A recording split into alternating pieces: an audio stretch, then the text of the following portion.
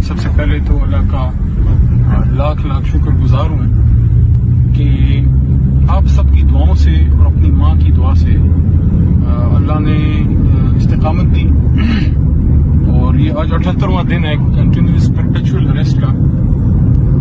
میں اس بات پہ خوش ہوں کہ جس ویژن پہ اپنے چیئرمین عمران خان صاحب کے ساتھ میں شامل ہوا تھا اللہ نے اسی پہ ثابت قدم رکھا. جس طرح اللہ نے دعا بھی بتائی ہے قرآن میں کہ ربنا افرغ علینا صبرا وثبت اقدامنا وانصرنا علی القوم الکافرین.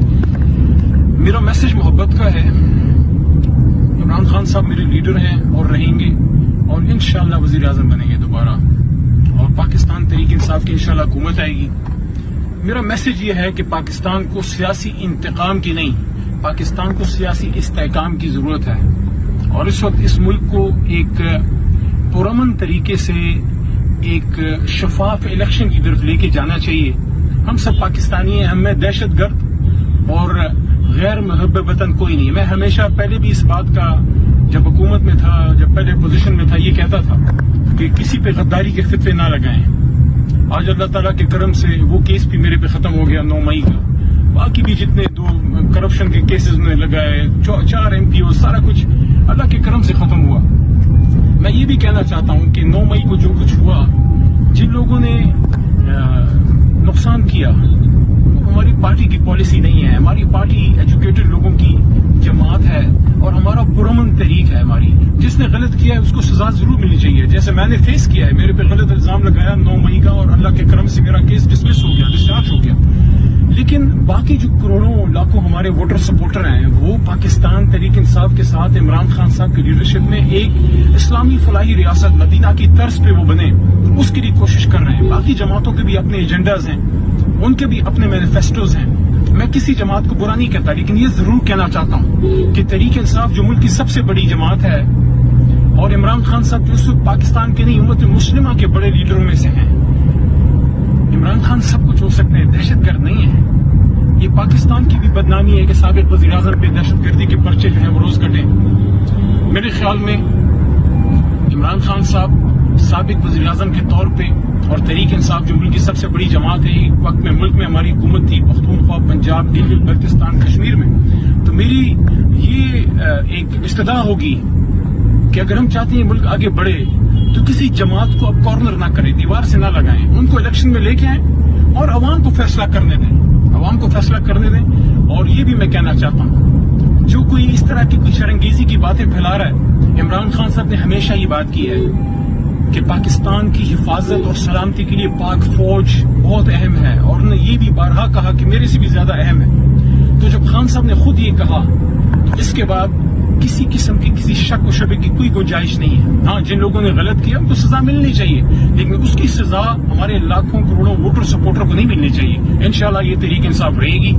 عمران خان صاحب مقابلے میں رہیں گے اور ہم میاں نواز شریف صاحب سے یا زرداری صاحب سے یا مولانا صاحب سے الیکشن کے میدان میں مقابلہ کریں گے. فیصلہ پاکستان کی عوام کرے گی. اگر کوئی فاصلے آئے ہیں ہمارے اداروں کے بیچ میں اور ہمارے PTI کے ووٹر سپورٹر کے بیچ میں یا کوئی غلط فہمیاں ہیں اداروں کے اور خان صاحب کے بیچ میں میرے سے جو ہو سکا وہ غلط فہمیاں ختم کرنے کی کوشش کروں گا. میری بھرپور کوشش ہوگی کہ ہماری یہ تحریک جو ہے یہ آگے بڑھے اور انشاءاللہ عوام کی طاقت سے اور اللہ کی مدد سے عمران خان صاحب ایک بار پھر پاکستان کے وزیر اعظم بنے.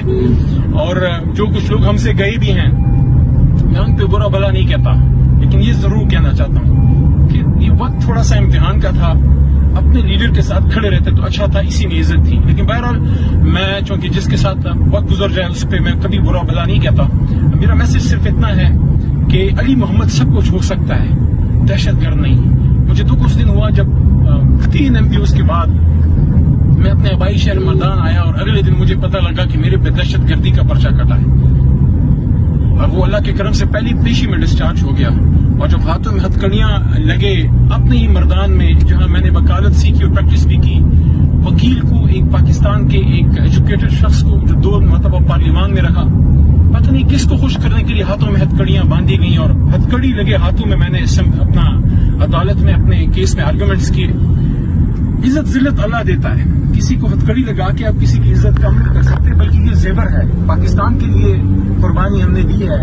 یہ جتنی جیل میں دن گزرے ہیں 78 دن میں سمجھتا ہوں کہ دوبارہ ضرورت پڑی پاکستان کو ہمارے ملک کو عمران خان صاحب کو انشاءاللہ پاکستان میں اسلام کی خاطر میں دوبارہ بھی حاضر ہوں. ہاں ایک چیز کا مجھے البتہ دکھ ہے, اور دکھ اس طرح سے نہیں ہے, کبھی ذاتی باتیں میں نہیں کرتا, یہ بڑی معمولی قربانی ہے جو میرے سے ہے گوش گزار ہوئی اور میں نے جو ہے قوم کی خاطر دی.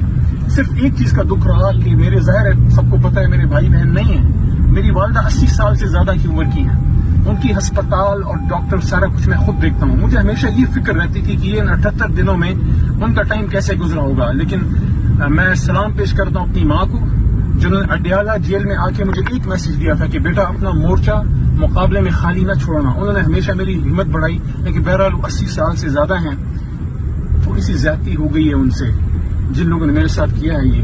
لیکن ان کو بھی میں دعا دیتا ہوں جنہوں نے مجھے جیل بھیجا, کیونکہ جیل بھجوا کے آپ نے میرا عزم اور مضبوط کیا, پاکستان سے محبت کا اور اللہ سے رشتہ میرا مزید مضبوط ہوا. میری دعائیں ہیں پاکستان کے تمام سیاسی کارکنوں کو کہ آپ پاکستان کی بقا اور سلامتی کے لیے کوشش کریں.